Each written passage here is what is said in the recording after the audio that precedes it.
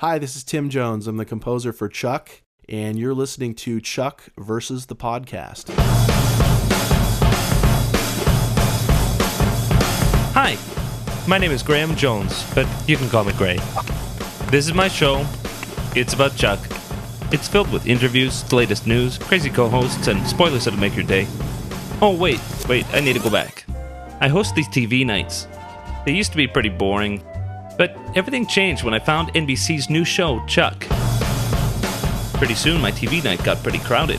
Guys I didn't even know were showing up the door. Big, important guys. Really scary, nasty, get killed for hosting them guys. Next thing I know, these super episodes are downloaded into my brain, which means every moment of my life, I'm thinking about Chuck. ChuckTV.net sent their top people to protect me. That's Mel and Liz. They're pretty zany. They co-host with me now as a cover. So now I must welcome you to Chuck versus the Podcast, the first and only podcast for NBC's Chuck. This is Gray. This is Mel. And Liz. And you're listening to Chuck versus the Podcast, episode 2 for January 30th, 2008. Definitely want to welcome our co-hosts today, Mel and Liz. How you guys doing? Not so bad. How's yourself, Gray? I hope you're over that head cold. I'm not quite over it, but doing great. And this is Mel. I'm doing pretty good here in Kansas. We've got a great episode for you today. I'm really excited because we have an interview today with Tim Jones, the music composer for Chuck. And as all of us who appreciate the show, we know that music is an incredibly important part of the show. So you're going to love the interview.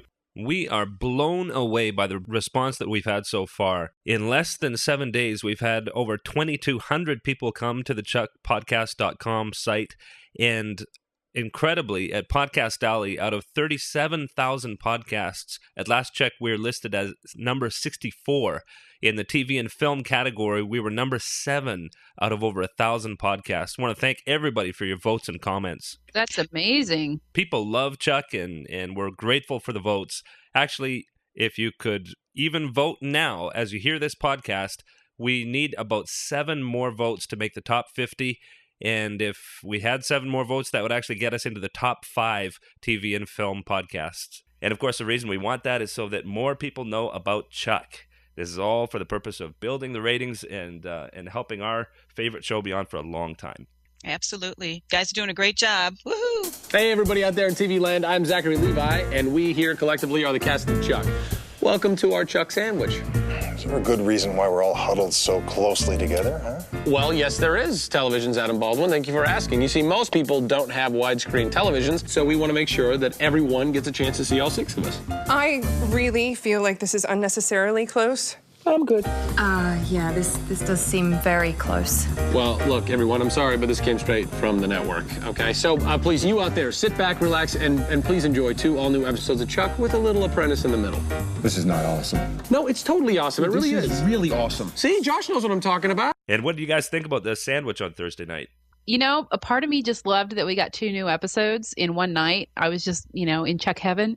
But another part of me was kind of sad that it was knowing that, now it's over until the strike's over. So, yeah, it was. But it was fun. I would rather have had, instead of a sandwich, just the back-to-back episodes personally. Yeah, me too. I had to find something else to do for an hour. That's right. I, of course, watched them back-to-back in Canada, but... Yes, well, whatever. Yeah, all right, just hoard it over us, Gray. Yeah, but I did actually tape the NBC feed on Thursday night because I wanted to see all the cast segments, and I admit those were worth the wait. They really were. They were funny, and we actually have all of the segments together on ChuckTV.net, where you can just go and watch. It's about 3 minutes long, all the segments in a row.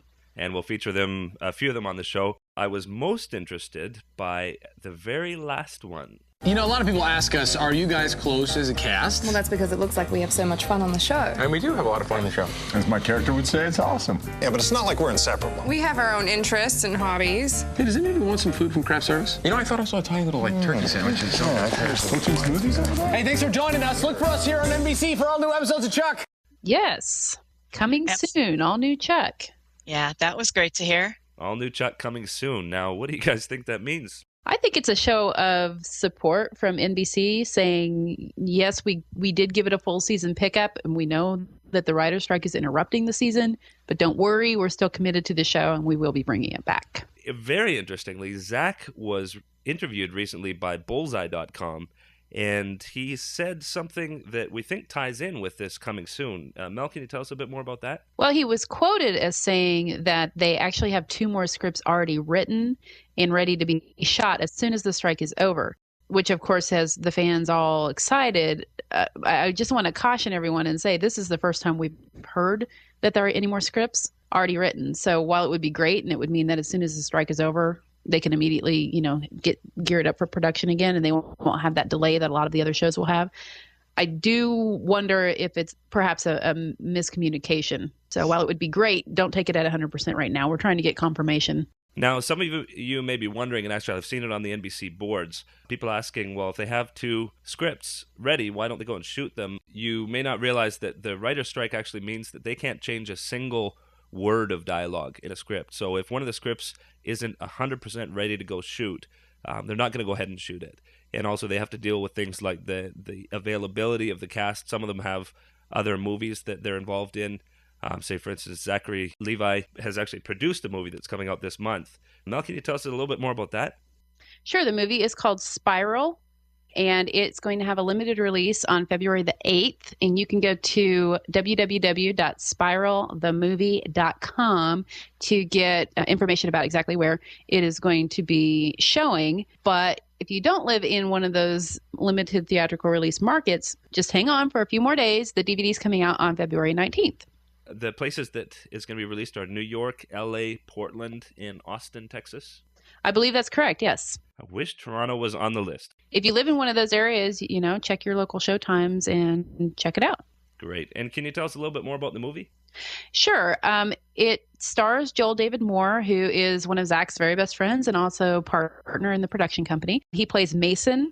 The official synopsis for the movie is that Mason is never truly noticed by anyone save his boss, Berkeley, who's played by Zach. Not quite a friend, but a sole source of companionship in an otherwise isolated existence. That is, until he meets a gregarious coworker named Amber, played by Amber Tamblyn, a girl struggling with her own loneliness and need to define herself. Amber's jovial demeanor and seemingly carefree attitude provides a sort of catharsis for Mason and allows his true gifts to come to light as she poses for his art.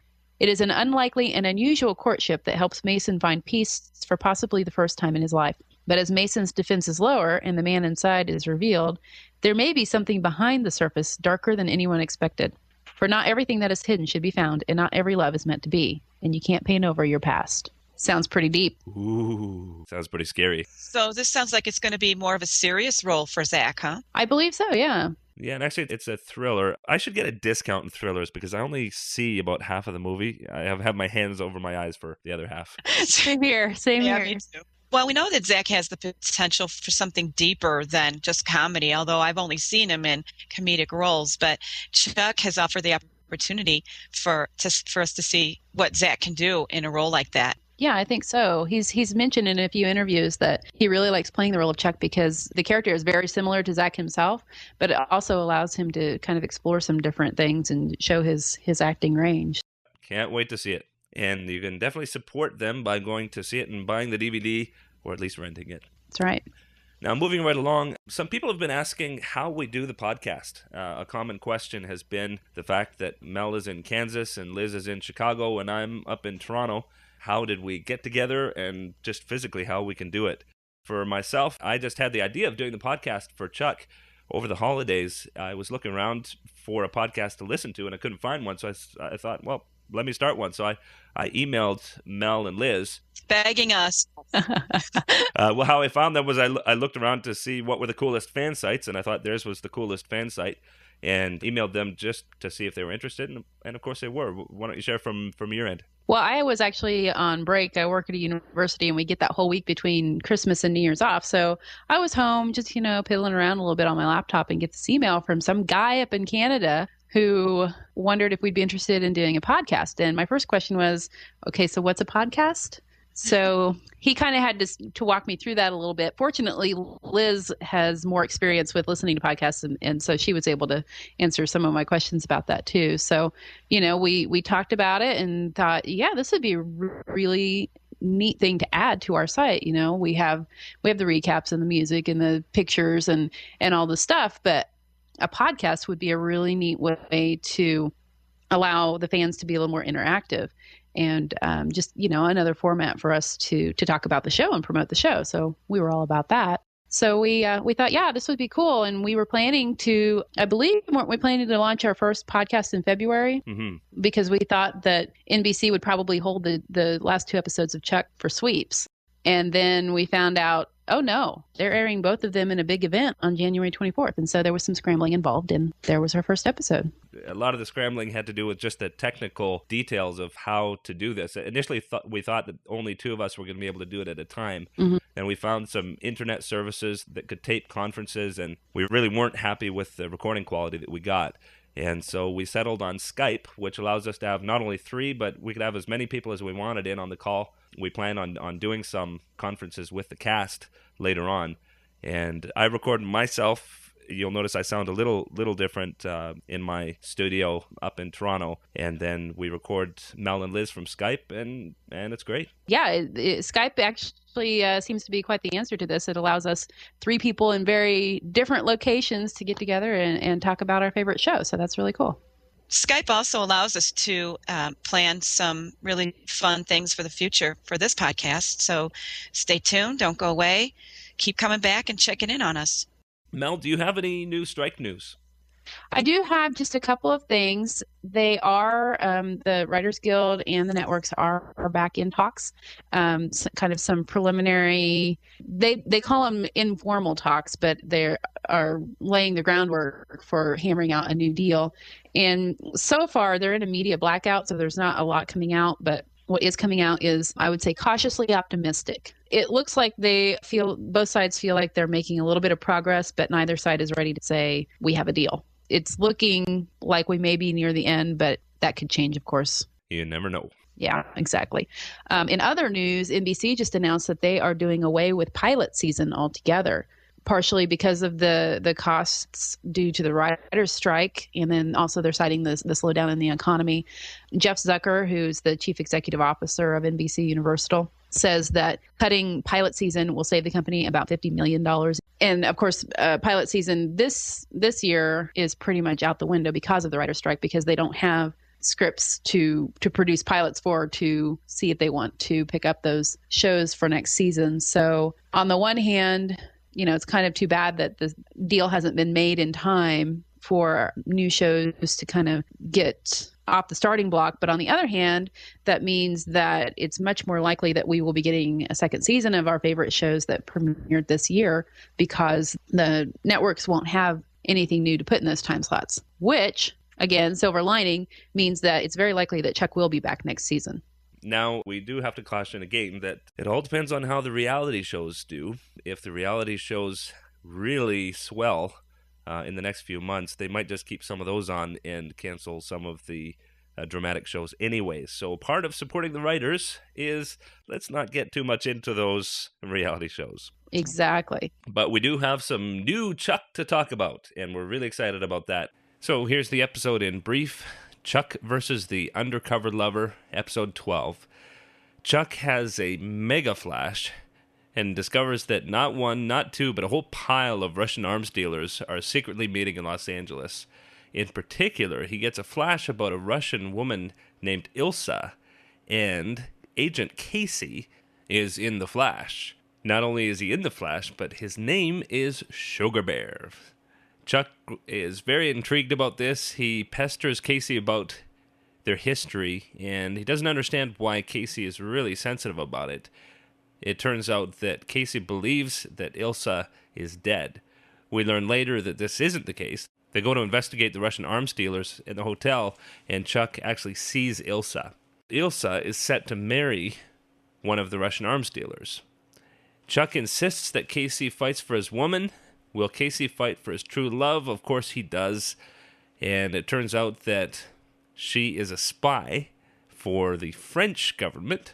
And there's a really exciting showdown that involves Casey and Chuck being thrown out of a window, tied to each other, and landing in a pool.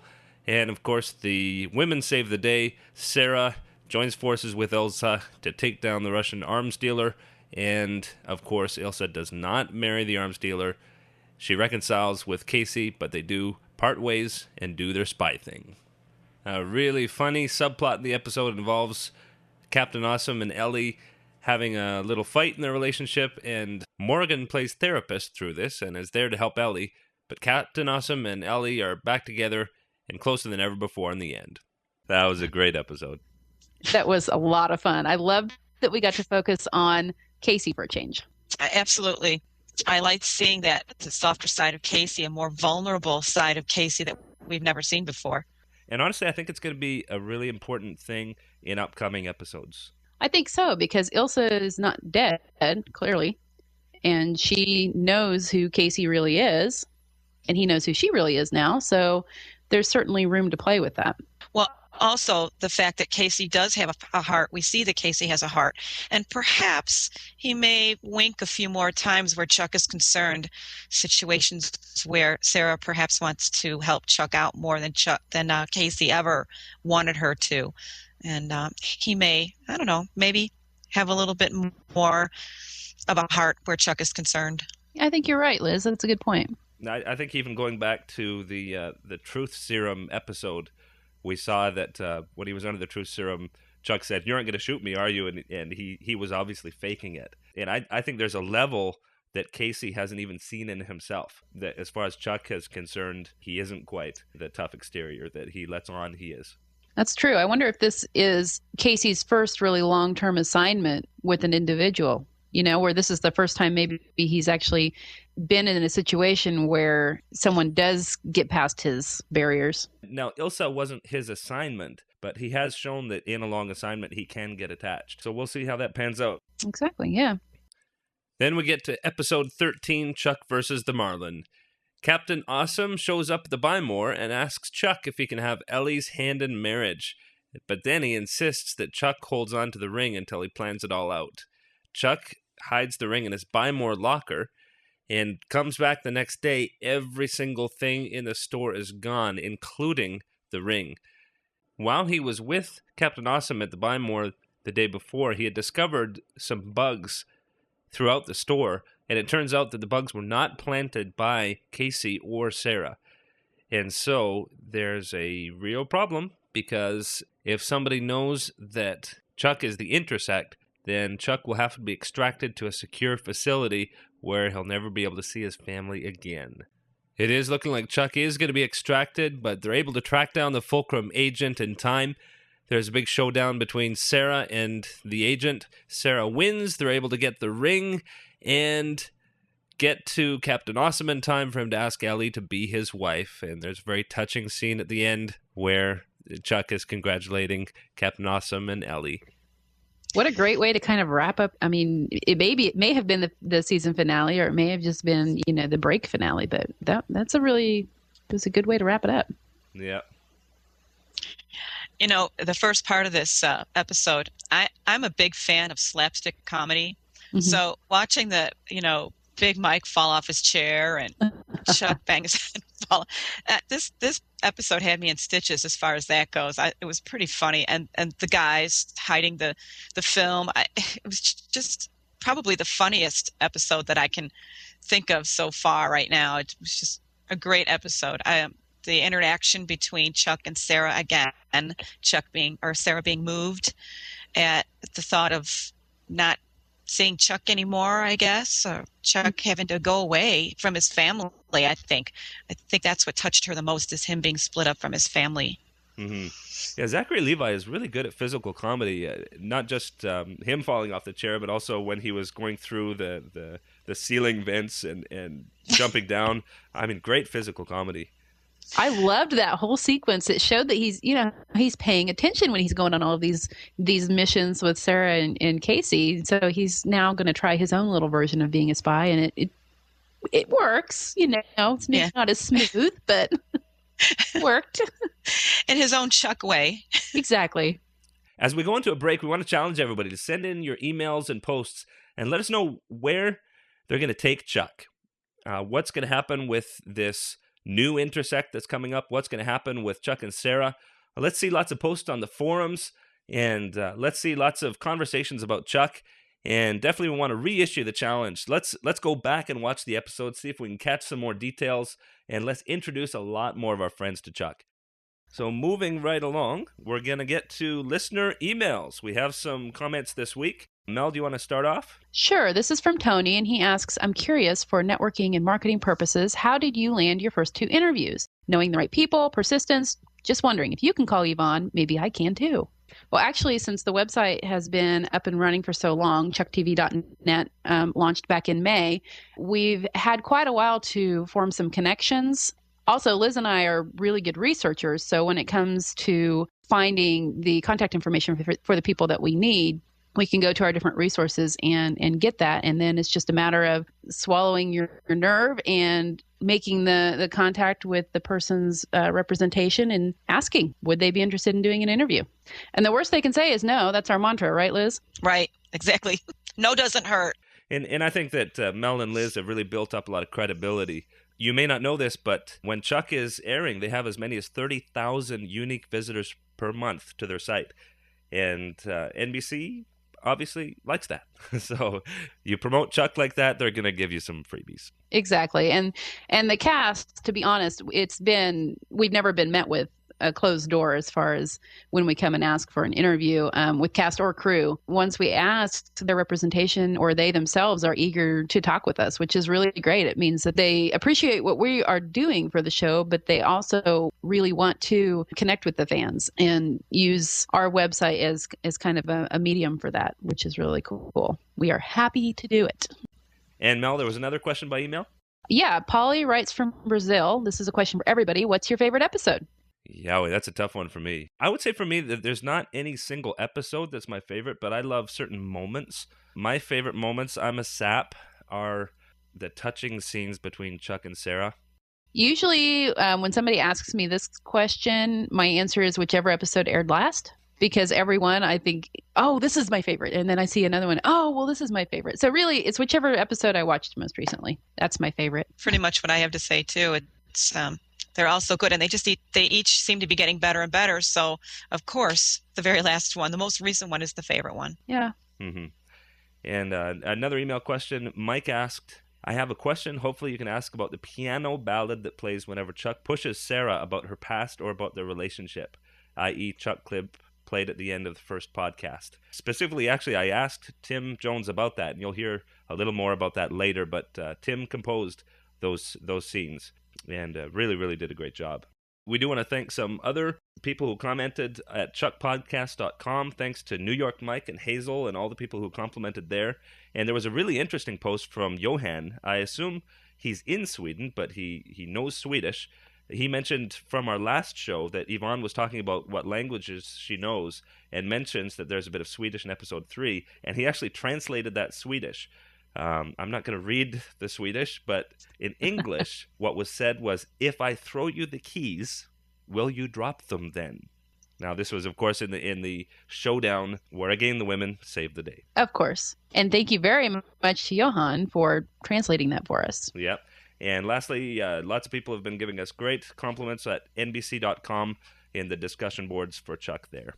And Liz, I think you had a couple of people take you up on your Tell Me I'm Pretty. I know I did. I almost wondered if I have a fan club beginning. The Liz is Pretty fan club. Yes. Thank you. Thanks, guys. Hazel. Love you, Hazel. Yeah, so keep them coming. And I think Mike from New York was the other one. Yeah, Mike from New York. Yeah. I gotta love New York now. And they want better pictures, so we're thinking of putting up a Liz photo gallery. Yay! But moving right along to the highlight of our episode, the interview with Tim Jones. You're going to love it. Well, thanks so much for taking the time to talk to us, Tim. The fans just love the music of Chuck, and we owe a lot of thanks to you for that. Well, no problem, Graham. It's absolutely my pleasure, and appreciate you guys looking me up. You know, it's this show has been a lot of fun for me this year, and all of us are just really happy that people have started to enjoy Chuck and his world, and so, you know, thank you. You're very welcome. You know, among Mel, Liz, and myself, we've often talked about how not only does every episode sound like a feature film, but the music has character. It's almost like one of the characters of the show. I got to say kudos to you for a super job. Well, I appreciate that immensely. You know, we also have a really great music supervisor, Alex Patsavas, from the Chop Shop. Mm-hmm.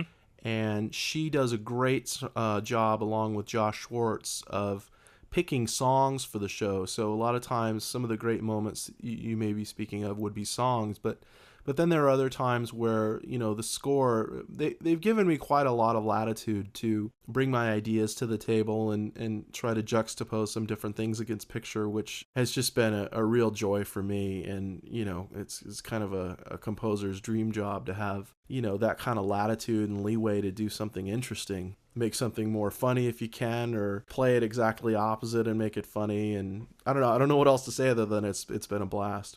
I would think it would be a really fun show for you to do, with such a variety from action to drama to comedy. Well, it's great because in fact, I was talking to one of the other crew members the other day, and we were talking about how the show has such different elements in it. There's, I think great emotion at times between Chuck and Sarah and just the family vibe. And then we have that sort of danger when, and when Chuck's in danger, it's real. He really could die, or he really could get shot, or, we try to play those things really straight ahead, and we try not to wink at the audience. I mean, because he is in actual peril. And then there's times where, it's just the comedy of the situation. And I talked with Adam Baldwin one day on the set, and he mentioned that he enjoyed the computer music, that I wrote for the Buy More, sort of the vibe for the Buy More. Yeah. And, and that's just really fun because you put that up against some of the cues, like when we opened the episode where they find Bryce Larkin in the little pod, and I think we were in Finland, if I remember correctly.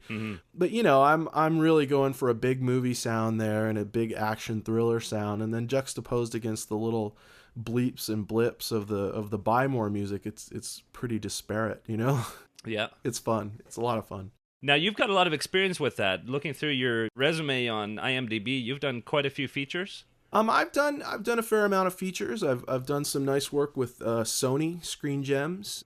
I have a great director friend of mine, J.S. Cardone. I call him Joe, but he really gave me my first big break in features, which was The Forsaken for Sony, which was a theatrical release. And that was a neat film. It was kind of a road picture, and it had some vampire elements, but it I don't know. I still hold that movie very close to my heart. It was a lot of fun to do. It was very stylized and kind of different. I think we did something a little different there. But I've done some big action stuff. I've also done some comedy stuff. I've done stuff for the Disney Channel. There's a movie called Brainiacs.com, which is just kind of this cute little movie that just never seems to die. I mean, I keep finding it on my royalties. It just keeps coming up. So oh yeah, it's a really cute little movie, and that was a chance to do some kind of orchestral comedic stuff, which definitely comes to play in Chuck. Yeah.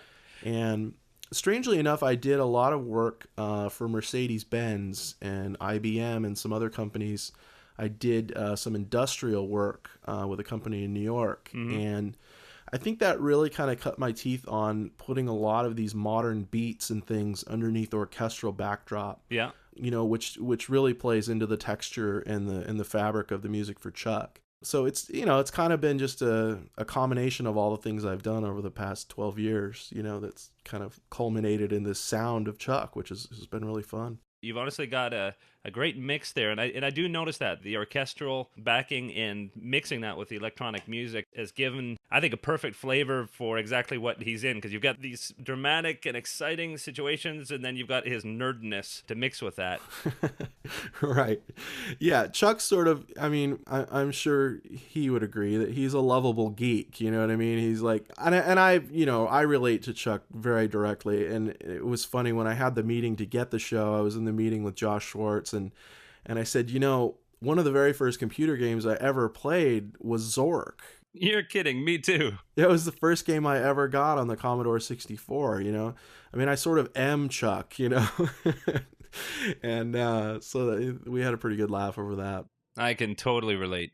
That leads towards a couple of questions that I was going to ask. Now, just for our listeners, they may not know that Josh Schwartz, along with Chris Fedek, created the show, and Josh is the showrunner, which means he's the lead writer on the show. Right. What's it like working with Josh? I hear he can be really hands-on with the music. Oh, Josh is amazing. I mean, he really has a good sense of music. He's listening to music all the time. And just for your listeners, Josh created the OC, which was on for a number of seasons. Mm-hmm. And I think he was the youngest showrunner ever at the time. He was like 26 or something. Yeah. So he's a young guy, and tons of energy, really wonderful to work with, has a great sense of humor, and is also very good at kind of guiding the emotional path of the show. I've really enjoyed working with Josh in the aspect that, he really knows where to pull back on a scene musically, or where to kind of lean on it a little bit. And I've really learned a lot from him about, the emotional arc of a scene, or even the emotional arc of an episode. Mm-hmm. And that's been fun. And yeah, so to answer your question, I would say he is very hands-on, but not so much in a way that I in any way feel squelched. I mean, he's also really great about, I try something wacky and it works, and he goes, that's funny. Mm-hmm. I mean, we did the episode with the master remote. Oh yeah. When when Harry Tang went in his master remote, and I said, guys, I really want to run with this Lord of the Rings thing, and they're like, well, okay, give it a try, see what you think. And yeah, and we all ended up, thinking that was pretty funny. Yeah. Well, I noticed on your credits you've done some work on Lord of the Rings. Yeah, I actually did. I worked on a video game, Lord of the Rings, The Middle-earth. It was a pretty big game on PC, and I wrote, I don't know, maybe 10 or 12 minutes of stuff for the game, and we orchestrated it and had it recorded up in Seattle. That was a fun project. I really enjoyed that. That sounds great. Yeah, it's definitely a universe I've done a little bit of work in, and so it was just fun to bring that to the table, because the music, I mean, wasn't at all comedic. I mean, I played it straight down the middle, as if, I were scoring Lord of the Rings 4, Mm-hmm. And I think that's what made it so funny up against Harry Tang, who I'm going to sorely miss, by the way. Oh yeah. And the music you did for Harry was just classic. We'll backtrack a little bit, because you were doing a lot of work on features, and you'd work in TV a lot, but not a lot of series work. How did you end up getting into the room with Josh? Well, this is an interesting story. I had mentioned The Forsaken early in the interview, and the editor of that film was Norman Buckley, who has become a close friend over the years, really fantastic editor. And he was working on the pilot for Chuck with Josh Schwartz and with Mick G, who is also an executive producer. And I remember just giving Norm a call kind of out of the blue to say, hey, I hear you're working on something. If you need anything, I'm here. And he's like, yeah, I'll call you in a few weeks when I'm done. And I said, okay. And I kind of didn't take no for an answer, and emailed him again and said, look, you need anything, I'm here. It's, whatever you need, it's not going to cost you a dime. I'm on the hook for this. And so I got a call, I don't know, maybe 24 hours later, maybe less. And he goes, okay, you're on the hook. He goes, I don't feel good about making you work for nothing. And I said, look, I'm the one volunteering. And so basically I just started cutting together temp for them from some different sources, things they were using. They had some vibes that they liked, but they were really short. And so I took those, like maybe a 50-second clip of music, and I put it into a program called Live, which allows me to really mess with the time and the timing of everything. And I sort of built cues around them. And so I've basically created some custom temp music for them. And it just started to work, and Norm was enjoying cutting to it. And I just kept going. I mean, after about 3 weeks of stuff, Norm and I had worked on quite a few cues. And so when it came time to choose a composer for the show, I made it onto the short list, and it just clicked. I mean, I can honestly say it was the best meeting I've ever had. It's for anyone in the creative industry who has to go in and sort of take a meeting to get a job, this was one time where I really felt relaxed and felt good about the project and what I had done. And it was just a good fit. And I should also mention Ben Cundy, who is our fantastic producer, who is really there day to day dealing with all the things that come up for the show. And he was also really helpful in helping me get the job. Yeah. Alex Patsavas was there, and she's a friend from The Forsaken as well. So it kind of all goes back to this horror movie I did 6 years ago. You know? Oh, yeah. And so that's that story.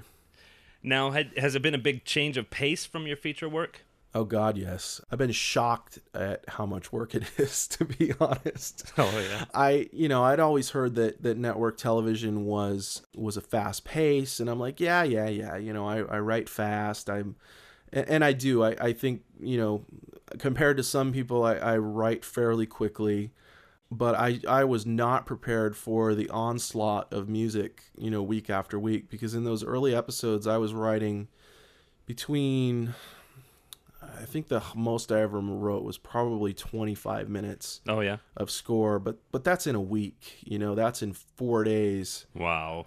5 days max. And I was doing that 6-7 weeks at a time, and it was pretty challenging. But I think the difference is, and this is not to pat myself on the back, but I think the difference is that a lot of people in television, some composers have other people working with them who lighten the load a bit, who take cues off their plate, and so it becomes a little bit more music by committee, which I really didn't want for this show, and it is not something I'm interested in doing, because I just really enjoy the personal sense of satisfaction when something's done, for better or for worse, you did it, and so you can stand up and say, yeah, I did that, love it or hate it, there's no one else to blame, Oh yeah. Now, I have to mention that the average listener loves the music, but really has no idea about the process of how you come up with the appropriate music for each scene, how you even know what kind of mood you want to create. So can you tell us about, like, first of all, how early do you see the script? Are you involved early in the process as the cuts start coming together? And when you see the material, how do you know where you're going with it? Well, that's a great question. And it was a little different in the beginning of the series than it is just, in the last few episodes. And so I'll start at the beginning where, yes, I did read the scripts and I was working kind of way ahead of the curve as Norman and I and Josh and everybody else. But predominantly Norman and I were really kind of working on trying to get a vibe going for some different things that we would then present to Josh, and he would kind of guide us along. And so, yeah, I was a couple episodes ahead with script reading at that point, and was starting to get themes worked out. And basically what happens is that the editors will cut a show and they have to have music, to cut to, that's how they like to work. So a lot of times they'll come at it with other scores. I think the Bourne Identity series got a lot of play when we were temping. I know Thomas Newman is a stalwart in the temping. He's great. Obviously, he has a very unique sound. So he presents his own challenge when it comes time to replace Tom Newman. Who I'm not interested in doing a wholesale copy of. I think there's enough of that going on these days. But so basically, the editor goes through and they temp the entire show, and they work with Josh very closely on the style and the feelings of different scenes, and they get as close as they can with the temp music. And then I'm brought in at the spotting session, and we go through the entire show beginning to end, and they tell me where they want the cues and give me a sense of the style. And sometimes I'll have ideas about, hey, what if, like the Lord of the Rings thing, what if we try that there? And they'll say, okay, try it. We don't know, but, we'll see what happens. And then I start basically working on cues. And basically I work on the show from front to back. And then I'll decide, if there's different themes, like say there's some buy more themes, maybe I'll attack those first in the different parts of the show. Or usually the emotional scenes can be the most challenging to get the right tone. Yeah. One great example of that would be, there's a really nice scene between Chuck and Sarah. I forget which episode it is, but they're in a hotel room and he brings a pizza over. Oh, I love that scene. Yeah, and it was such a great scene. The acting in that scene is superlative. The editing, everything just really came together. And so it was, a big responsibility for me to put the right music there and make it happen.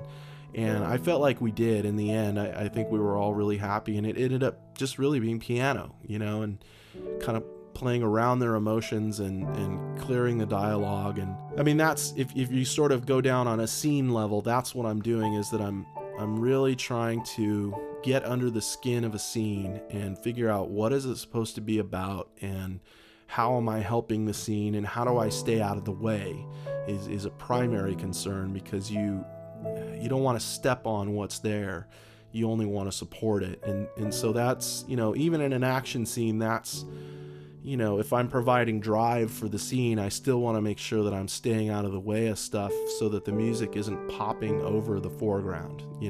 It still is underscore by definition. And, so that's something I really strive for, is to try and make sure that I'm serving the scene and that I'm not jumping in the face of what's going on. Well, so far what we've seen, it's a perfect balance. I know myself, working in the industry, sometimes we can do something and we don't, because we're not sitting in a movie theater. Right. We don't see how people are reacting to it. I know a conversation I had with Mel, one of the co-hosts of our show, that particular scene actually brought her to tears. Oh, that's thank you. I know the acting was great and the writing was great, but I'm certain that music played a big part of that as well. Well, thank you. We're all very proud of that, and other moments in the show, but that was a really nice moment. Really nice episode written by Ali Adler, one of our really talented writers and producers. So when you're working, who would you say you interact with the most? Probably the editors. I spend the most time sort of going back and forth for them. I'll write a cue and I post it on an FTP site, and they grab it and throw it into the Avid. And when we have enough to kind of show Josh, he'll come in and take a look at stuff and make his comments. And we'll just go through a couple of rounds of that usually until we really, dial in what we're looking for. Cool. What would you say some of the highlights of your job are? Highlights of my job. Now, is this my job on Chuck or my job in general? Either one. Well, I particularly enjoy Thursday afternoon, because that's the time when I'm usually finished with the score and I'm able to go to the dub stage. It's the second day that we're dubbing the show, and I'm able to sit and kind of see everything come together, all the dialogue, all the great sound effects. We have a couple of fantastic mixers at Warner Brothers, Todd Grace and Ed Carr, and they just take all the elements and blend them in a way that I think is really well done. And we do mix the show in 5.1. I write and compose the music in 5.1 as well and deliver that to them. And I don't know that every show on the air is doing that. I don't hear stuff that's mixed specifically for 5.1, especially with the music. It's more normal to do the sound effects, but not necessarily the music. And so that's been really cool, because we can do some fun effects and things that kind of immerse the viewer, if they have a chance to listen to it in surround. Oh, that's great. And so I enjoy that. I really enjoy seeing the culmination of the efforts, on a Thursday. I've enjoyed the social aspect of working in television has been different, because on a feature, by the time I get to a project, the cast and crew are really gone, and it's just in post, and you maybe meet the cast and crew at a screening or something. But with Chuck, because it's an ongoing show, I could drop by the set and say hi to Josh Gomez, say hi to Zach, and it's been really fun. It's been nice to have contact with those guys and just tell them they're doing a great job, and ask them what games they're playing on the Xbox, and yeah. So I've enjoyed the social aspect of it, and I've enjoyed the public's response to the show, which is much more immediate than when you do a film, it maybe takes months for it to come out, and a show, we'll finish on a Thursday and it'll be on the air next Monday, so Oh yeah, that's a pretty interesting turnaround. Well, and you've got a huge fan response to the show. I know even back as far as Comic-Con last year, got a standing ovation. And ChuckTV.net, our sister site, gets as many as 30,000 unique visitors a month. Is that right? I had no idea. That's great. Oh, yeah. Huge response. That's fantastic. Yeah, I would just love to be able to... I know you and I were talking about this the other day, but it would be really great to kind of let people who don't know about the show kind of know what it's about, because it does have such a wide appeal. I mean, I have friends who have kids that are, teenagers who love the show, and the parents love the show. And then I talk to my wife's mother who watches it with her friends, and they're in their 60s and 70s, you know. So Yeah. it's really cool that a show appeals to that many. I can't think of too many shows that appeal to that many age groups, you know. Oh, you're absolutely right. I know there's a lot of people that might say the 8 o'clock time slot would be bad for an action show, but I think it just advertises the universal appeal of the show. I would hope so. Yeah, I would hope that it does allow maybe people who aren't allowed to stay up till 10 o'clock. Yeah.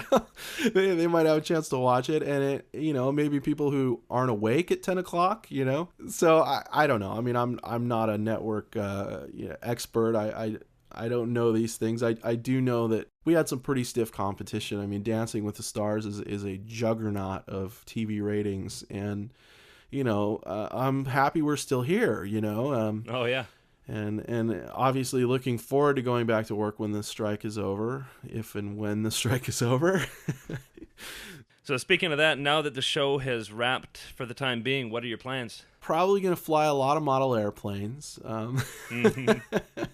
Spend a lot of time on my bicycle. I rode about 30 miles this morning, and, you know, would like to be much more active in that, because it's funny, we were all talking on the dub stage a few weeks ago about how we've all just been, like, trapped in front of a computer for 16 hours a day, and yeah, our health is just going to the dogs, you know. So, yeah, I spend time with my family. I have 2 little kids, a son and a daughter. My daughter's about to be 6, and my son is 4. Mm-hmm. And my wife Evelyn, and so we'll spend some nice family time. I'm going to be doing some other side projects. I've recently signed with ICM, which is one of the bigger agencies. Great, congratulations. Oh, thank you. Yeah, I have a wonderful agent there, and he's kept me very, very busy, and some great things perking. So we'll I'll have to get back to you on that, but with any luck at all, the strike won't go on too much longer, and we'll be able to get back to the business of making Chuck. Yeah, and also you were going to provide some samples of your music for the podcast. Can you tell us a bit about those? What you were going to play for us? Sure. There's a film that I did for Sony that was one in the series of the John Carpenter's vampire films, mm-hmm. and it was the 3rd movie in that series. And I mention it only because I got the opportunity to go to Prague, and I wrote and orchestrated this score for an 85-piece orchestra and a 30-voice choir. Wow. And sort of a medieval ensemble that included a glass harmonica and a harpsichord and a viola da gamba and some interesting instruments. This movie was actually set in Asia, but I had a lot of Western instrumentation against it, which was actually a lot of fun. So there's a cue from that.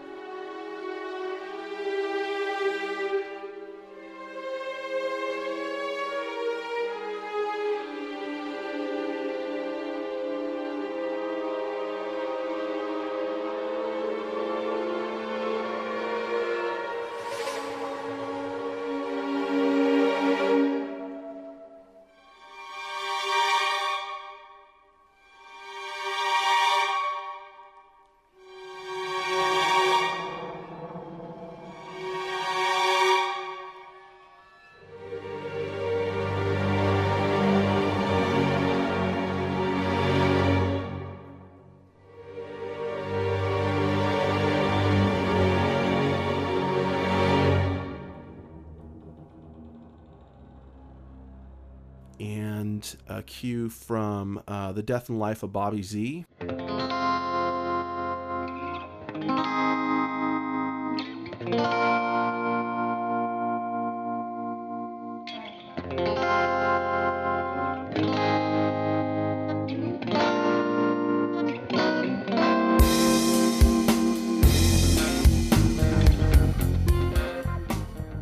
Which is a movie I did recently with Lawrence Fishburne and Paul Walker.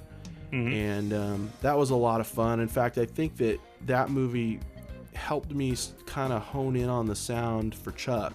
It was kind of a rock and roll based score. I mean, I wanted it to sort of feel fun, and it's set down around the border, and it's just got a lot of guitars, and just had a real fun feel to it. So I know for a fact that a lot of that seeped into Chuck. Oh, that's great. Tim, we really appreciate you taking the time to talk to us. We look forward to your music in the fall because we're convinced that Chuck is coming back for lots more great episodes. Well, from your lips to God's ears, and we'd be very happy to do some more music for Chuck, and I appreciate you taking the time to listen to me talk about the show because it's something we're all very proud of. Great, and please do give us updates on things you're up to, and we're happy to put them on the site. Sure will. Thanks, Graham. Thanks a lot, Tim.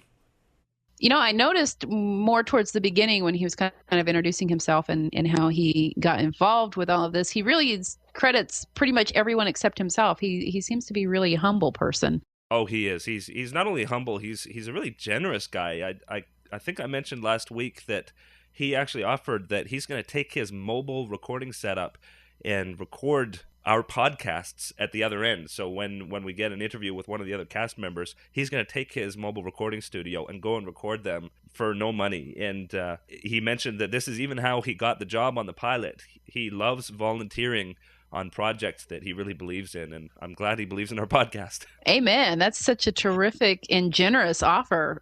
We really appreciate that, Tim. Yeah, we really do. This interview was really interesting. I loved listening to Tim. I myself learned a lot about recording music for a TV show or anything from Tim. He has a way of explaining things that make it sound really interesting to someone like me, who's a lay person, I guess you would call me.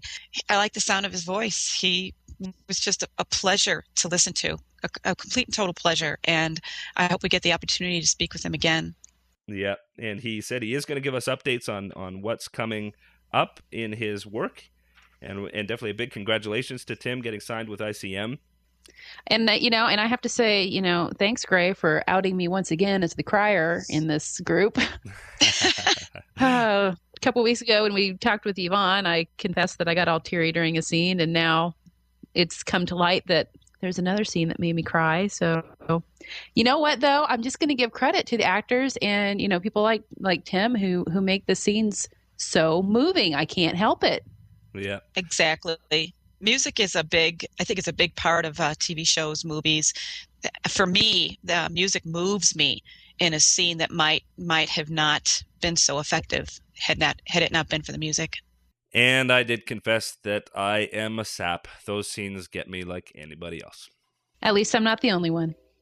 So for this week, we don't have any spoilers. We'd love to, but of course, there's nothing to spoil. Not yet. We can't wait for Chuck to start up so we can have more things to talk about. But definitely send us your emails. We love to hear from you. Please vote for us at Podcast Alley. We really, really, really would love to get up to number 50 at least in the listing. And we only have a few more days to do that. By the time you hear this, we'll have one day to get up to number 50. So please vote for us at Podcast Alley and vote again next month. So we will hopefully hear from you before next time, and we'll send something your way hopefully in another week to 10 days. And hopefully coming up, we're going to have more cast and crew interviews for you. We look forward to hearing from you, so be sure to send in your emails. Don't forget the prettiness. Okay. See ya. Thanks for listening. And something else you may not know, I'm actually from Australia. Throw another shrimp on the barbie. No one actually says that. Arr, matey, who's next to walk the plank? That would be a pirate. It's probably best if we just ignore him. Always after me Lucky Charms now, are you there, Zach? So much closer.